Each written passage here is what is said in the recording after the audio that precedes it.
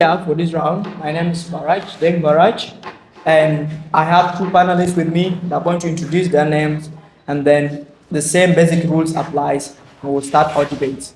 So from my left-hand side, who says it? Okay, I'm Control Gabriel Panchol. Yeah, yeah. Um, I'm now in someone. Yeah, I'm going to time you, so it will tell you exactly how timing is supposed to be going on, and also in case you have questions or clarities, you will say them. And before we start, the first speakers from two sides will try to tell us the motions that they have, right? Like the first minute is protected, and the last one, and you both you have 5 minutes. Like, do you hear that? I think everyone can hear that. If I ring the bell, it means that the first minute is done. So there you cannot raise. You can raise now. You can start POI minute now. Then I'm going to ring it like this, say that there will not be POI again. So I think we are clear. Yeah. 2 minutes. 2 minutes. As usual.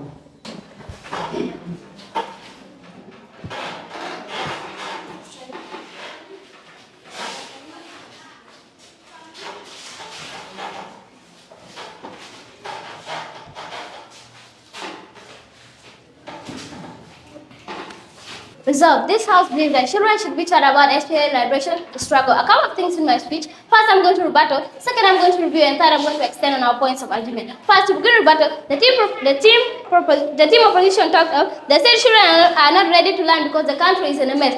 But we believe that if the country is in a mess, then the children are the people to come and make the country well. So we have to teach them unity. We have to teach them how our people united just to get their independence. They also say that children should be taught in secondary school. But we believe that if we want a bright future, then we have to start planting unity in the head of our minds. In the head of our children. So we have to start telling them that unity is important, but unity is important. So for our future to be bright, we have to be united. And by telling them that we have to teach them how our people united to get our independence. They also say that SPLA was full of corruption, tribalism, and political tension. So what are you trying to teach children? Are you trying to teach them corruption? So are you even trying to say that we got our independence through corruption or tribalism? We believe that SPLA was not full of all these things, but they united themselves to be one identity, one South Sudan, and fought against the other people, and that's why we won. So we believe that it was not full of corruption, but it was full of peace and unity. They combined themselves to be one identity, and they fought, and that's why they won. Now, the reasons why we think children should be taught about SPLA liberation struggle. First, why we believe that it teaches courage. We told in our first speech that it teaches courage, justice, and standing against oppression. We just said that it will empower children. It will empower children who become leaders who stand up for wrong. It will teach children that whenever there's a problem, you have to stand up. If we are suffering, we are not given our freedom. So our leaders have to stand up for that because it was something wrong. So if we teach children, they'll be like, if there's injustice, corruption, they have to stand up for that thing. So it will empower good leaders for the future. We also said it leads to.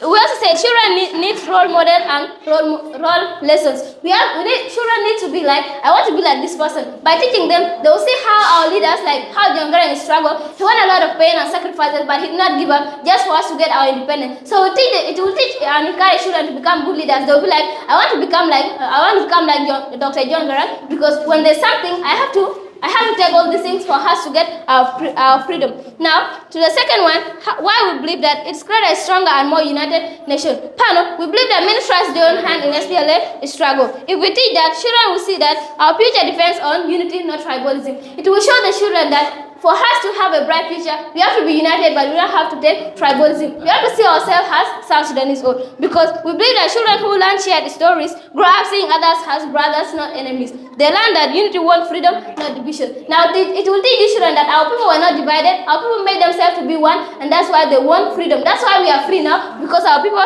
united themselves. Also, the impact of this point is that it reduces tribal prejudice and stereotype. Also, it also builds national identity across communities.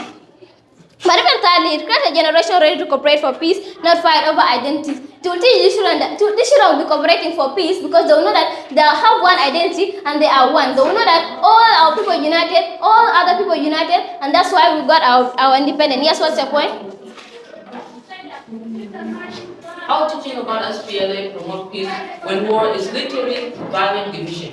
Okay, we believe that it leads to peace, because when you teach children that some people were slaughtered, like some people died, some people were burned, some people even used to drink used to drink urine for them to survive. It will bring peace because these children will be like, if this is what our people went through, then we don't have to go through. Also, our people through all this pain, they united and they did not give up. So this is how to teach peace for these children because they'll be united. Now we believe that it matters in our side because South Sudan suffers when tribes distrust each other. If we want a peaceful future, we must start planting unity in the minds of children. We must start telling these children that unity is good for them to grow up while united. But if we don't teach them, which means the children will grow up, they'll grow up divided and there will be no peace in the future. We also believe that shared stories build shared identity, and that's the root of national peace. We believe that when we share these stories, we'll share the children that we have one identity and we are all South Sudanese. With this, I beg to rest my case.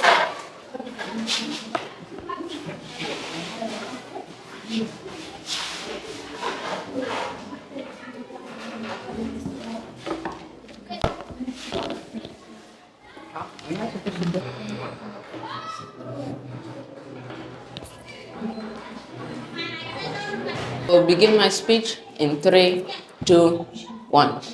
Panel. The proposition side had a contradiction in their speech. The first speaker came and said that we should teach about SPLA, but also said that when we teach children about the violence of the SPLA, it will teach them how to solve their solutions. Expect this from my speech. I will clash with what they said and substantive argument. When they say they'll teach children about the violence of the SPLA and that they will teach children about how to solve their problems, they are essentially saying that violence is the answer. And when you say violence is the answer to problems, you are promoting a cycle of violence, of which we will repeat another civil war in South Sudan, which contradicts what was said by their second speaker, saying that it will promote peace. I don't know what is happening there. Also, to refute what they said it creates peace builders and policy makers. The SPLA liberation struggle is marred by ethnic division, political instability, communal conflicts, and the rest. When you teach children who are not having the capacity to understand the liberation struggle, they will be taught, okay, violence is the answer. I will solve my problems using violence, which will be against what we are for. They also said that it will end injustice. It will not end injustice, but rather it will remind us of the injustice that happened in the past. Why? Because the SPLA liberation struggle was about marginalization, conflict, and these things. When you teach children about these things, they will be reminded of their enemies. What will they do? They go and fight, which is against unity, which contradicts what they have said. Also, it teaches them. Do you believe that when something pains you, it will encourage you? When something it can be a negative factor for motivation. When you use pain as a motivation, you will bring negative effects to the society. As I said, when you say violence is the solution, you are saying that we are going to violate the rights of others. Is that what you are saying in your speech? I believe not. They also said that it plants unity. It will not plant unity, but rather it will remind us of what separated us in the past, what made us different from the others. They also said that the SPLA liberation struggle was full of peace and unity.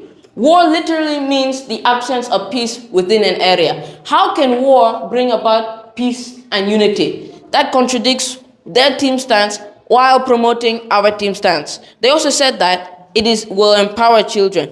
Why would children need to be empowered at such a tender age? If they are taught about violence, they'll grow up to be leaders that promote violence. When you promote violence, you promote more cycles of violence. What will happen? We have more civil wars, more conflict. The current status quo will be exacerbated. The problems in our country will become worse.